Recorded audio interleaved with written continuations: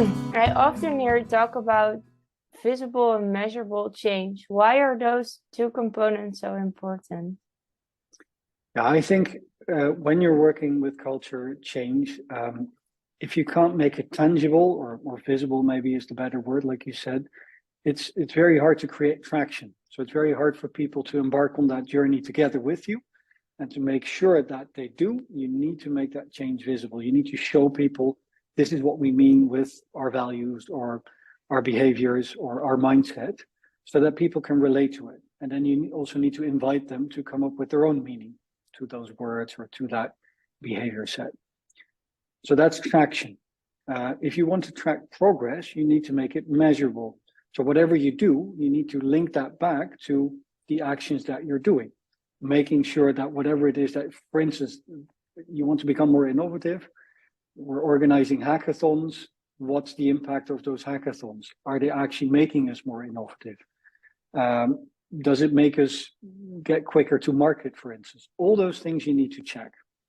Now, for visibility, one of the things that we have done a lot in the past is called the Visible Actions Workshop or Visible Actions Roadshow, where we go and talk to top 50 or top 100 of a company or an operating company or a business unit or a segment or a division or whatever it is they have, trying to come up with those actions that are then very visible.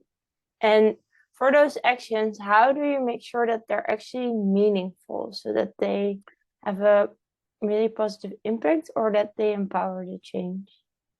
Yeah, that's a good question because, and this is often where we end up, or the discussion that we have with managers prior to doing those visible actions workshops or the roadshow is, so what if people say we want a higher salary and then everyone says yes and they voted for it, and then of course that's something that you don't want necessarily. So there's a couple of criteria that we use. So visible actions workshop, I need to explain to you what the concept is basically, is for instance, you have 3 or 4 or 5 values, you introduce them, you do a walk the talk, the CEO can do that, or different members from the management team, they introduce those values, they link them to something that is personal to them. So it's a bit of storytelling that we do at the start. And then we ask people voluntarily or by choice to choose 1 or 2 or 2 values that they would like to contribute to, that they feel that they can come up with a meaningful action. We do that in 2 rounds. So for instance, you choose innovation as 1 value for round 1, collaboration for the second round.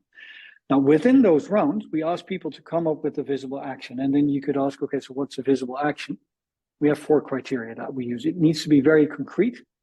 It needs to be very easy to implement, and preferably within, let's say, 30 days or 1 month. It needs to be of low cost, so it shouldn't cost too much, but it should have a high impact, high behavioral impact. Those criteria are only one element that we put in place to make sure that they become meaningful, because the other element that we have is more of a competition.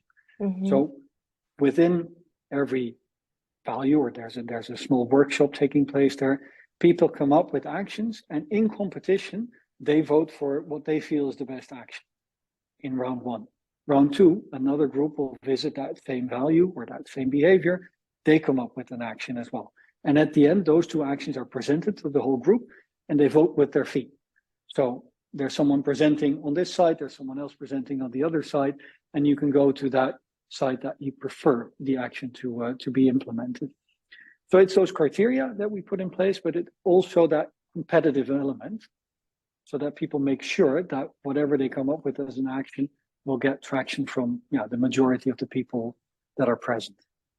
I see. Sounds great. But then how do you scale this concept? Yeah, also a good question, because once we start this, a lot of our clients feel that, okay, now I need to do this with all the teams, all the management teams in the organization, and there's a lot of them.